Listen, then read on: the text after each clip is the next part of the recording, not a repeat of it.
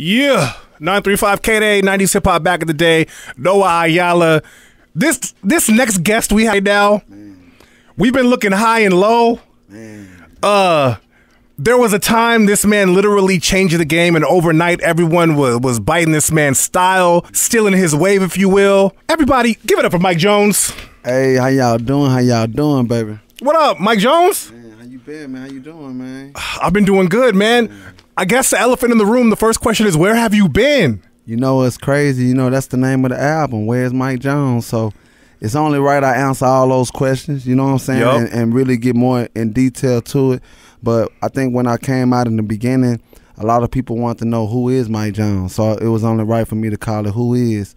Now, because of the politics and all the success and everything that I've seen so fast, I learned so much, and I got so much to give back to the game and put them on game with. So it's only right I come back with the Where's Mike Jones. You know yeah, man, because when you first came out, I remember it like vividly, man. There was, I think, who was out back then? Like 50 was the biggest thing. And you know what, Craig? We was just talking about this in the car. Were you? Okay, this is good then. This is good. Because it was like 50 Cent.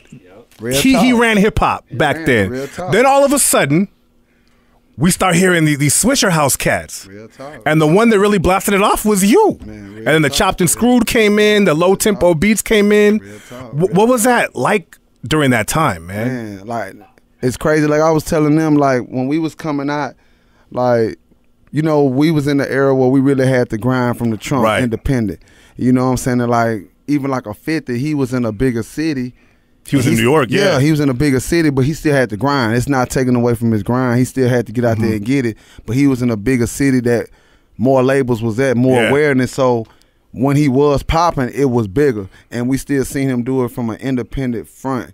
So it's like, oh, how to rob? Oh, we doing that. We can do that. We can, you know what I'm saying? So it kind of let us know we still good. We still cool. And then when he blew, it was like, oh, it's about that time. We could do this. Yeah, but it's a little bit like he did it that huge, but we came in. But you guys had your moment for sure, and I'm assuming it has to be a little bit more difficult in Houston because it's like you can't walk to Interscope or you can't walk to whatever that's what label. I'm saying. Like just imagine if we had all those labels in our city, like California. Salute to Cali, LA, man. It's like capital. You see that passing by. You see y'all got so much. If you make the right song, you can catch an Uber, go to the meeting. You know what I'm saying? Like it's big for us. Like so, we had to learn how to believe in us where we at, and we started really doing that and started like really valuing the independent. You know what I'm saying? What was that scene like? Like 03, 04, Houston, Texas. Were you guys all kind of doing things together as far as like you and Paul Wall, the Chameleonaires, the Slim Thugs?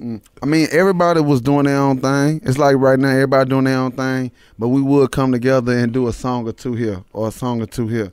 But you got your own thing, but we'll come together and do a podcast here and there. Right. And it just so happened that one podcast that had all of us on it that represent LA, whether you on this side of Cali, you on this side, but it still say LA.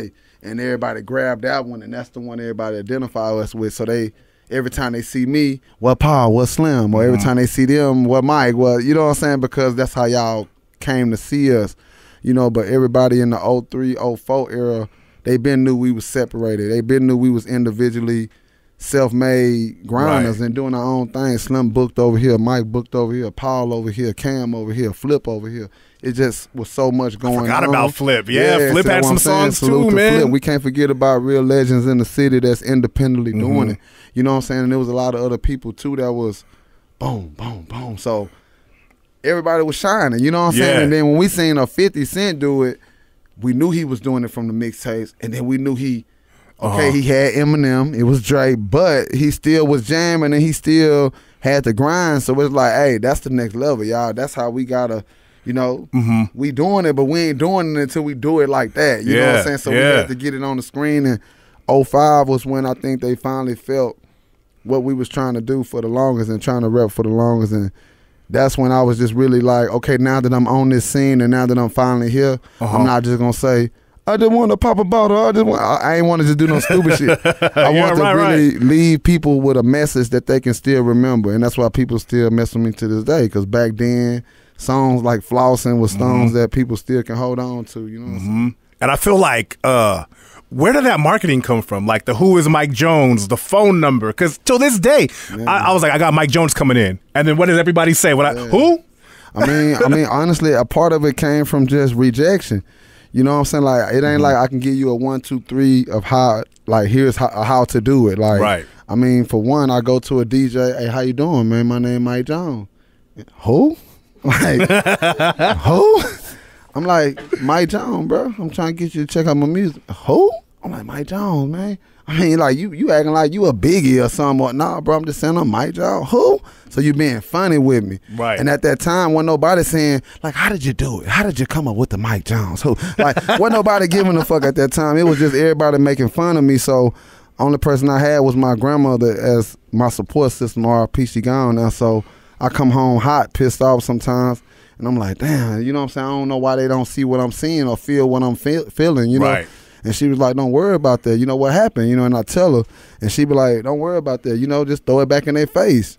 First it was negative, and then I had to turn it to a positive.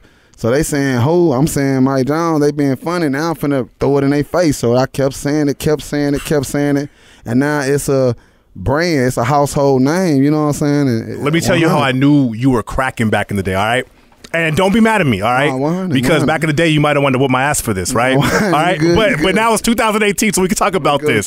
So, me and my boy, you know, we were super broke back in the day. So our side hustle was selling T-shirts. Right, we all was. Yup. So we would take like rappers, athletes, whoever, put them on a T-shirt, right?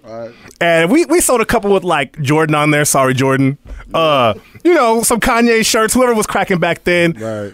But once we pressed up those Mike Jones T-shirts. Yeah. We had eBay going for $35 a pop. Mike Jones, no, $35 a pop. It's all good. You know what I'm saying? I ain't gonna even say too much numbers, but by me being able to let everybody like y'all make y'all numbers, I was able to low key make mine, and everybody was good. And it was just something to let me know that everybody F with it. Yep. So I couldn't be mad at a bootlegger, because it's like, Thank you. Of course, I want you to support me, bro. Like I do, but it's like at the same time, look at all the people that press up stuff to give out for free. Yep. Because you trying to get people to listen to you. You trying to get them to pay attention to your craft, to your style. So once they like it and pay attention to it, it's kind of gift and a curse. Everybody can't afford it. Everybody can't. If I got to pay out of getting this blunt or getting this album or getting this gas or getting it, I feel you. But if you still picking me to jam me and riding to me and eventually going to spend money with me by getting a feature, doing a show down the line, you all good with me, bro. And I feel like you were kind of like a precursor to the future, because shortly after, the whole game changed up anyway. And it's like everybody's giving out the music for free now. Yeah, but see, at that time, that's why I'm saying it, like, before they even changed it in the game like that, I already was trying to be 100 to the people. Whether it was me giving you my number so you don't get like hit with a fake Mike Jones show. Oh, he a gaming rapper. He just want to give out his number. He want to be. So that was really your number. Yeah, but people took it a whole nother way. But I was just trying to, man, I'm finally on. Let me protect my people. That's really got me in this space. So when people say, man, you're a legend.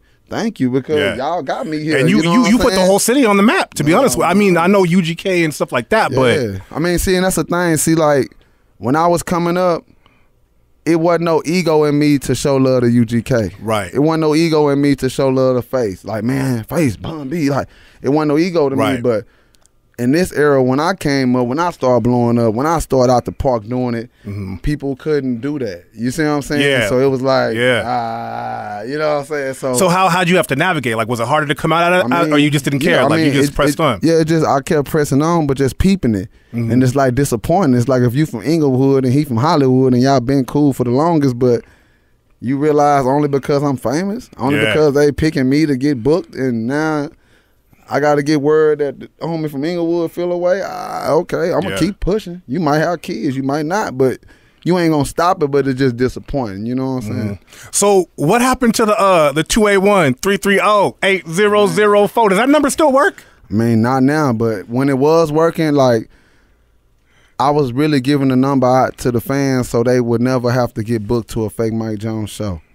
Because again, so that was really like your number. That wasn't like a promotional. No, you were really answering it. That was really my number. Damn. Really my number, because it really was at first. It was 281-455-1858. That's the number I had at first. But I had it, and it was under like Singular, like a cheap company. But the bill was so high. Like my brother put me on to Nextel at the time before they got to Sprint. And I had got the 281-330-8004. It was unlimited outgoing, incoming.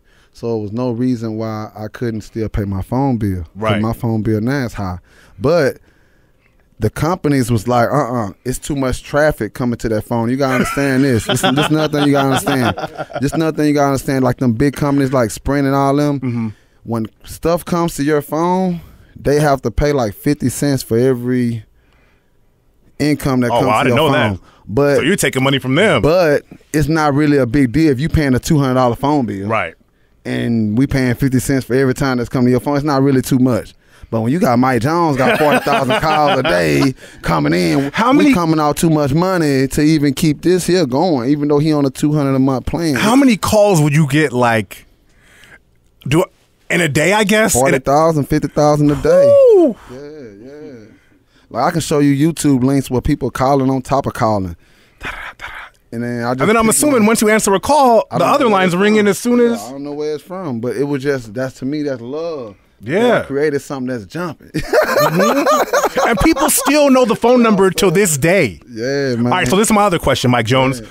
Share with everyone your new phone number so we can call you. Now I got a new movement. I got a new movement. It's not like now, I think when I gave out the phone number, it was just for me to come up with a way, like a business card for people to always get in touch with me. Now social media didn't change and upgraded and stuff, so people can always know that I'm 100. I stuck my neck out to give out the number before Soulja Boy did it, before other rappers started doing it. So I already got validated in that point. Now I'm trying to come back and give the game some more game and trying to give them this movement called Money Train. And Money Train is really just a label that's giving game, and it's a label. Of course, we got good music, but this not no label that's going to be beefing at each other in 10 years because, your paperwork wasn't right, or we giving each other game, and they understand it from what I've been through so they can understand the game. That's what's up, and that's what we need more of, too. I mean, that's what I'm saying. How does Mike Jones see this hip hop game in 2018 now? Because now this is a whole new landscape. I mean, it's really like to me, it's like a drive-through. It's like Wendy's. Like you drive through, you order what you want, as long as you can pay for it. You know what I'm saying? Yep. If you want the number 2, you pay for it. You want the number 5, you pay for it. Like it ain't creatively up to the creators no more. You know what I'm saying? Right. Like back in 2003, 2004. Like, you had to really go hard, or it's not even coming in the room. Now, if the bag right, whether it's whack or not, you know what I'm saying? So I'm competing with something that ain't even what I was competing with at first. Right. So I'm adapting to how that go. And it's cool. I'm not mad. I'm not tripping. It's just I do what I do. I stay with what I stay with. You know and I think in a lot of ways, though, like your music again was like a precursor to the sound now, anyway, with the low tempos and the hooks the way they were and what you were rapping about. So and see, you know what's funny? Like now, people say it's like it's a perfect time for Mike Jones to come back right now. Woo-woo. But see, when I was doing all that shit 13 years ago, I was ahead of my time. They weren't understanding what I was just trying to just do me. I wasn't just trying to let me catch the new fad. Okay, let me, shout out to Koch. He got his shit. So well, now everybody want to do the type of rap. I never was no follower. Like, hey, you did that, bro. Salute. That's your thing. Man, I got to get in the lab and cook up me something that's going to be my own thing. But people not doing that no more. I mean, I'm hearing 4 songs sounding the same. I'm hearing 3 videos where everybody looking the same. That's because you got everybody leaned out. So, Mike Jones got we got everybody with them white cups. Hey, we stayed leaned out with white cups, but we never wanted to look like each other. Yeah. And that's one thing that we big on in Texas is pride and respect, man. We want to be our own individual. We got our own social security number, right? So why would I want to be like somebody else? Like, it made no sense. Well, that was a dope thing, too. It's like you didn't sound like Paul Wall. Paul Wall didn't sound like Slim Thug. Slim Thug didn't sound like Chameleon. Cups up, so it wasn't a lean. Trust me. You know what I'm saying? I'm jumping on his songs, he jumping on my songs, but we respecting each other's boundaries to not take his craft or he take mine. Just like him saying, Paul Wall, who? Paul Wall? I'm like, nigga, what you doing? What you doing, bro? Like, nah, we knew Paul Wall for the grills. That was Paul Wall's thing. And you knew me for what you yep. knew me for, and you knew Slim, he gonna do him. And everybody had their lane. So that's one of many, two of many, three of many representations from our city. When y'all come to our city, you get Chameleon now, you get Flip, you get different people now. Kurt Cobain, it's just one of many different flavors. So with that being said, ain't nobody sounding like nobody. Right. So why do I gotta turn on the radio and hear everybody sound like everybody? So I'd rather stay in my city. You know what I'm saying? I'd rather stay in my city. So what's up with this new single, Sauce? Man, shout out to my boy Strong Arm right here. What up, Strong Arm? Me and my boy feel free to hop on that mic. What it do, LA? This your boy Strong Arm. Yep. See, he knows some girls might be watching or listening, so he put that bass in his voice. You know what I'm saying? Hey, what's up, ladies? You know what I'm saying? He play all instruments, man. He a fool with it. He smile, but he do big things. Oh, yeah? What do you play? Everything, guitar, bass guitar, trumpet, French horn, everything. Oh, so drums. a real producer then. Yeah. Okay. Yep. Okay. And what's crazy is we've been rocking for a long time, and we really were just developing the music. Because again, I love the game. I respect the game. Right. It ain't just, I can just upload it now? And Mike Jones just woke up and doing 3,000 songs a month. He just took it over crazy. No, I respect the game. I'm still not going to come out until it makes sense, until it's right. Because I respect y'all, I respect myself. So we been building, got over 300-400 records ready to go. And we finally came out with 3 grams. Me, Slim Thug, and the artist that we got with us on the Money Train. And we put it out, and it already got like 800,000 streams on Spotify, no label. It already got it's already on its own, no video. Yeah. So we about to now do the video for that. And me and him just came up with Sauce. He made the beat. I came with Sauce. We got another Money Train artist on that. 3.2 million on SoundCloud, and it's shooting up on Spotify. Now, what is Sauce? Like, if I wanted to have some sauce, what would I need? Like, what does that require? You got to be born with that. You got to, you know what I'm saying? And even if you ain't born with it, you got to learn it. You know what I'm saying? It's just really just... So it's just a swag, just... Yeah, you just got it, man. You know what I'm saying? You got it. And when you really hear the record, you will understand it. You will really catch it. It's just really just something that... A good feeling. You know what I'm saying? You might get your check and be like, hey, I got the sauce. You know what I'm saying? Every other Friday, I'm like, hey. Sauce, you know what I'm saying? Like, I got it. Like, you might you feel me, gave somebody a magic touch that helped out somebody that really needs something. Hey, that was a magic touch. You know what I'm saying? Sauce. You know, hey, that's what's up. All right, you know what? Let's do some Sauce Questions Houston edition, all right? Check this out. I just thought of this right now. All right, so I got you. I got Paul Wall. I got Slim Thug. Okay. I got Chameleon. Okay. All right, we're all in the parking lot. Okay. Everyone got their whip out. Okay. Back in 2004, because I know you guys were heavy on those cars. Okay. Back in 2004, who had the illest whip? Who had the whip you just pull up and it's like, oh, okay, you win? I say 2004, I would have gave it to Slim. I say 2004, Slim was on it. What do you have? He had a few whips. He had the Bentley, he had the Cadillac. He was on it. Ooh. 2004, he was on it. Did they have the big rims though? The real big? I mean, we was all swangers. Everybody was swangers. Like 2004, he was on it. You know what I'm saying? 2004, that was the year I gave it to him. Okay. Yeah. There you have it. Slim Thug. Yeah, 2004 going down. That's the only Sauce question I could think of. Nah, man. So we got the single Sauce, but I'm assuming there's an album behind that too, right? Because you said you got like 300 songs. Well, yeah, the album is called Where's Mike Jones. You know what I'm saying? We got a mixtape we put out in 2015 called Money Train, just introducing the foundation. And it did like 1 million streams on all platforms, live mixtapes, you know, that pill, everything, all combined. And now we're working on Money Train Reloaded. I tell everybody, it's almost like Wayne with Young Money. Like, everybody was still waiting on Carter 3, but Wayne was trying to give everybody Young Money. Right. And we was like, we don't want no Drake. We don't want no Nicki. We want Wayne. You know what I'm saying? But he still took it in within him to look out for his team while he still had that leverage while he did, and look at what it did. Exactly. He ended up being right. All of us ended up being wrong. Yeah, exactly. I mean, but it's cool. Like, he get more of the love, even though he going through so much now, he's still highly respected for taking that risk and going hard at a time he could have played it safe. Like, man, you tripping. I got to keep, doing me. Yeah. I got to keep, So now it's like we want to see if Drake would do it to somebody else, or if somebody gonna do it to somebody else, because anybody can shine, but are you gonna show love while you shining? And I feel like at the end of the day, that's the real boss move too, because it's like, you know what I'm saying? That's why like, I say Wayne King, man. You know, to me, he king because he didn't have to step down. He didn't have to step down to, you know, it take a real boss to say, you know what, I'm finna give you this game so you can be better than me. Because if I didn't feel that I want you to be better than me, I could have kept you where you was. And good luck. Wayne already here. Like, you follow what I'm saying? And then that kind of like kept him hot too, and like it helped him, and he helped somebody else. So it was good all the way around, man. It was love. It was respect, man. And so when he had to sit down, it's all on you, Drizzy. All right, well, I'm trying to give me a ticket for the money train. Hey, all aboard. And see, a part of this train, man, we show love. We ain't no haters. You know what I'm saying? I salute Young Money. I salute Wayne. But we know what we doing. You know what I'm saying? We ain't no greedy guys. We out here trying to do us, gonna do us, and we just grinding. You know what I'm saying? I got 2 more questions. This one I always ask to everyone who comes through, especially you being from Houston. This is going to be dope. Who are your top 5, dead or alive, man? Top 5 rappers of all time? Man, I have to say Biggie. Number 1, you know what I'm saying? And the reason I say Biggie, you know what I'm saying, because for him, he didn't have the image that everybody was supposed to, quote unquote, have to make it. You know how right now you got to look like this, you got to be like this, you got to, you know what I'm saying? And for him to show success, even though he didn't have what you supposed to have, man, that's boss. That's, you know what I'm saying? And he was like spitting his problems, but still showed you that them problems still got solved. You know what I'm saying? Some people don't even want to tell you their problems. I just woke up and I'm balling.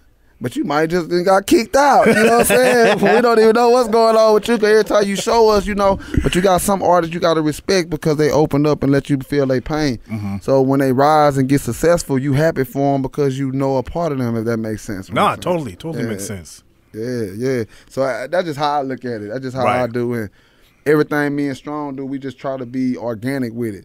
Like, we got so much music, we ain't even trying to flood you. But we know when the time come back, you'll be like, man, why y'all didn't tell me y'all had sauce? And why y'all didn't tell me? Man, bro, we just, it was a lot. But we respect what you do, and we just working the proper channels to where when it come back around, we all got video, so it's all recorded. And we just want to say, I told you so. You know what I'm saying? We out here. And that's actually like real game you're giving out right now, too, because they talk about the right timing. And I think patience is everything in this game. And a lot of artists need to learn, like, being patient. You got to be patient. Like, you can't win nothing. If everybody who we look at that is successful had to go through effed up times and had to be patient and believing in themselves even during those times. So you can interview anybody that's on top, but if they lying to you and never tell you they bottoms, what you listening to them for? You know what I'm saying?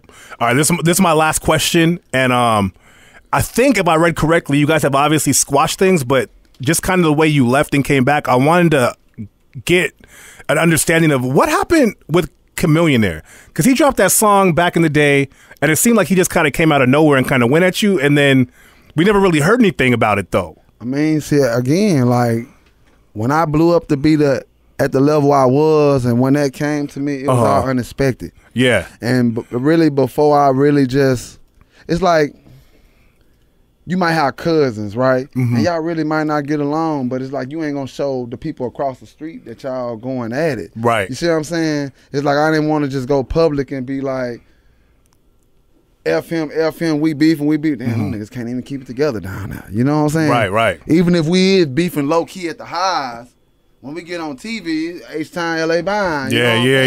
Like, it didn't want it to look messy. You know what I'm saying? And you don't want to mess the money up neither. I wasn't trying to mess the money up, especially though I was the highest at the time, getting the most money. You know what I'm saying? So I'm not trying to listen to anything that's not making no sense to me, especially when I didn't do nothing to cause whatever that is that's coming my way. You follow me? So that's why I didn't want to entertain none of that. You know what I'm saying? But when it kept coming and kept coming, damn, now it's looking like from the perception, H-Town can't get along. Damn, what's going on? This here. Like, John, this. Oh, wow. So I got to say something. Cool. Now he done came into my show. We seen each other. We chopped it up because it wasn't never no real beef. It was. And that's why I'm telling you, it never was no real beef with me and him. That's why I didn't even want to take it to go to a public place, because I'm going to have to always speak like this about something that wasn't even serious. You know what I'm saying? It wasn't even serious. That's good. Is there any chance we're going to get music with all you guys in the future? I mean, it's crazy. I got records with them. Oh, okay. I got 400 records. So we got to be on at least 2 or 3 of them. I just ain't pulling my chest. What we need, I'm gonna tell you this. What we need just the ultimate Houston posse cut with everybody on it. I got one with Chameleon, Crazy Bone, and Zero on it. Ooh. I Dream. Like, I'm just waiting, bro. Like, y'all understand, when I came out the first time, I tell everybody it's like playing baseball, right? It's hard to really play baseball, but if you play baseball and know what you're doing, that's great. But you don't go to the bat every time and hit bases loaded and hit a home run with 3 people. It's very rare that you do that. So when you do that, you see different things that a normal person ain't gonna see because everybody can't go to the bat and there's all this pressure on me. You know what I'm saying? Strike 1, strike 2. Oh shit! Oh my god! Fuck! Shit! But then you hit that bitch. You know what I'm saying? Out the gate, my nigga, it is worldwide. Nigga, we MTV, BET, Prison Break, you name it, we on everything. So was it, I know I wasn't overnight because I know you were grinding independently before that. 05. And that's why people respected me because they did see me place a number out giving it to you before the 281 come. They seen my steps of showing pain and showing 100ness. You know? But were you even ready for that? Like, because I feel like once that's still tipping, like really hit, was it just like, one day, okay, I'm independent grinding, I'm local, everybody messes with me, but then the next day it's just like, out of here. Yeah. But like, what was that? Like, how do you even handle that? Like, how do people even like treat you differently or talk to you differently? A part of it, I ain't gonna say cheating, but a part of it, we kind of had like a guide list. Again, we was cool with 50. You know what I'm saying? And 50 was on, and 50 was staying in tune to what was on too. Yeah. You see what I'm saying? Man, them Texas boys, he was out there effing with us too. So he eventually put me on his tour, the Massacre Tour. I went from doing 6 dates to 22 dates because we shut that bitch down. You know what I'm saying? So he merged and showed love from New York to Texas. It eventually came, but before it came, he recognized them Texas niggas doing their thing, and we recognized that New York motherfucker up there killing it. Yeah. So to answer your question, he was doing it at a level bigger than us, so we weren't satisfied where we was at. We trying to get like that. Okay, it's time for us to, you know. So when Still Tipping came, we trying to get it like it's your birthday. You know, man, like John, we love you. Yeah, appreciate that, boy. We love, but we still got more work to do. We trying to get it like that because we saw something, a template of what you're supposed to do as far as like grinding and success wise to get it there. And you know what I'm saying? We came out the gate and did good out the gate. That's what it is. The rest is no cosign. That's what I'm saying. See, if I had a cosign, oh man, that could be even bigger. If I had a cosign, if I would have had Eminem, if I would have had a cosign, nigga, I probably would have did 7 million. I would have did 8 million.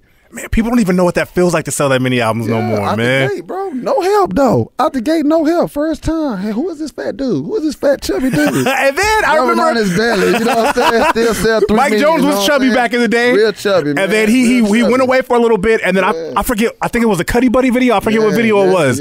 But you came back, and we were like, that's Mike Jones. And see, you know what's funny? What you didn't even know is, okay, I came out in 05. I had the Cuddy Buddy in 06. But the labels was like, nah, man, you know, stick to Still Tipping.